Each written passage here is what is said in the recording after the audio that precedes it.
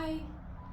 So today, totally going out of a comfort zone, and I am going to share my abilities to read divination cards. They have been a tool of communication for me for religiously about 7 years on a daily basis. I intuitively read, meaning that the card speaks to me, either the words or the pictures. They then form thoughts, feelings, phrases, um, guide, guidance. They tell a story, if you will, and so I've used them as a communication tool with my higher self and my guides uh, on a daily basis. But I am being called to share for the collective. And we're currently in a solar eclipse energy and an Aries new moon, so there are maybe some shaky energies or interesting energies, and I'm just curious what message is going to come through. So thank you for sharing this time with me. I believe the whole video will probably be on YouTube, and TikTok will just have a little snippet to have you come to the YouTube channel. So without further ado, I will move to the cards.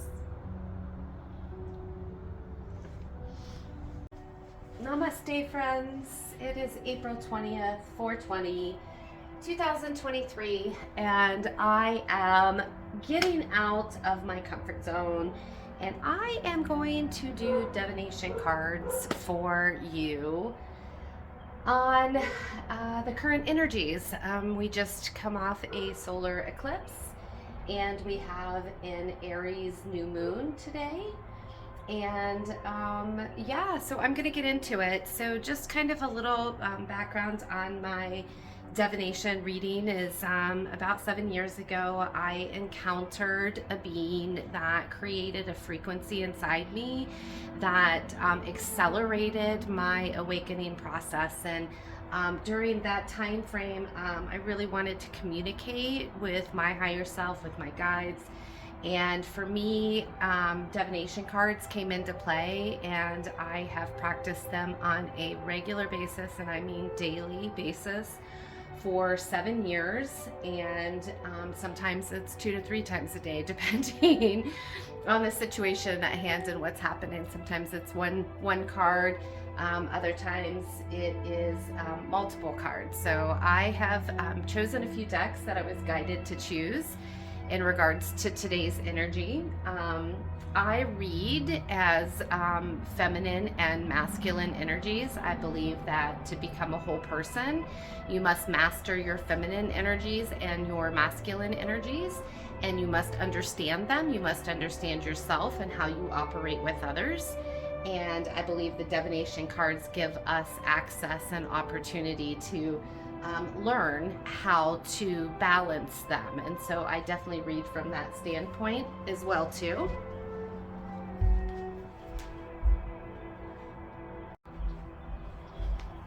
So I welcome creatures, obviously. So I am going to get started. I do have a few animal decks, and I do have a forest deck and a shamanic healing.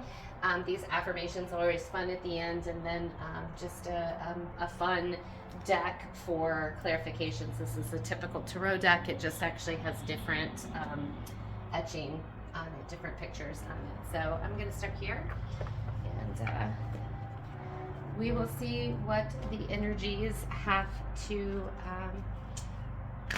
as messages for us. So I may have said this before, but just to reiterate, I'm an intuitive reader. So I will read off what the cards say, and then I get instinctual feelings and thoughts. And okay, the card that came out is 43, letting go. And here you can see there are 2 birds. There's a black and white that initially makes me think of the yin and yang. It makes me think of the balance and the harmony. It does have all the elements in it. Well, it actually just has the fire element and the earth element in it. And I would say letting go is, in reference to whatever could be troubling you. Actually, how funny is that? I was talking about yin and yang, and on the bottom of the deck is perception, the number 9, with the yin and the yang. And perception is our own perception, right? Perception is our realities. We view everything through our perception, and that is how we then go out into the world. And so sometimes those perceptions or those energies do not always have to hold on to everything. You can let things go and grow, right? You can let go of your perceptions as well too.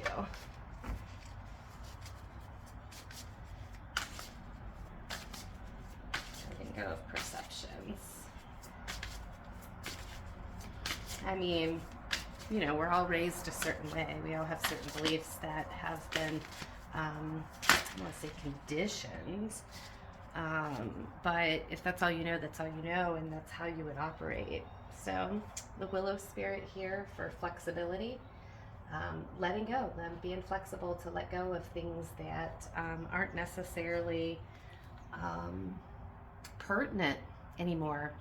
If for this in my own life, I can just attest to when I started to become more flexible in my parenting style, and I started letting go things that weren't as relevant. For instance, children writing on the walls. Well, of course we don't want them to write on the walls. They want to be civilized human beings. However, they're children, they're creative, and walls can be painted. So I was able to let go, be flexible, and allow them to express their creativity, allow them to have their perception. And that then allows rainbows, rainbow waterfall miracles. So great things can happen when you learn to be flexible and you learn to adjust and go with the flow.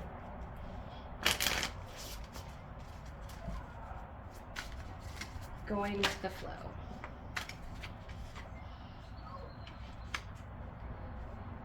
Next out of the deck is bee. Bees are busy. They're air signs. They're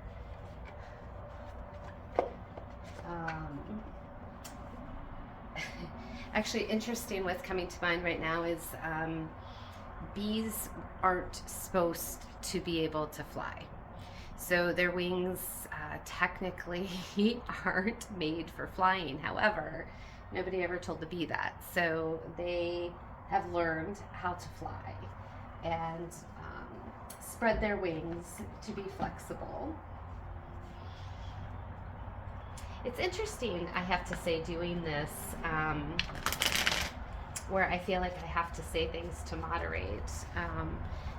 Usually things are internal in my head, or if I'm doing this with I have done divination cards for some of my friends, and it's more of a collaborative effort.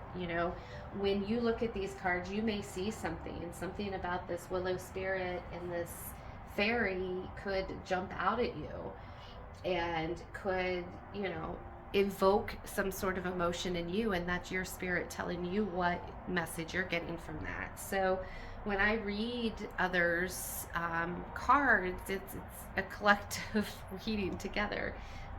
We're looking at it and coming up with, what does this mean to you? Because that's what these are meant for. They're a tool. They're a tool to help guide you and to help, communicate. I mean, essentially, they're a communication tool. So, is there anything you'd like to say? I'm really particular too about my style, and I go until a card flies out. So sometimes that could take a minute till cards flip. So, all right. So we have the 7 of Wands. We have the 3 of Cups, the King of Wands, and the Wheel of Fortune. And on the bottom is the Emperor, which essentially is masculine energy. I always relate it to the divine masculine. The divine masculine is busy. The masculine energy is busy because bees are busy. This is a very busy season for bees, right? The spring is when they come out, they come alive, they start pollinating, they start reproducing, and that is all like what is happening right now. So the masculine is becoming active and wanting to move forward and wanting to take action.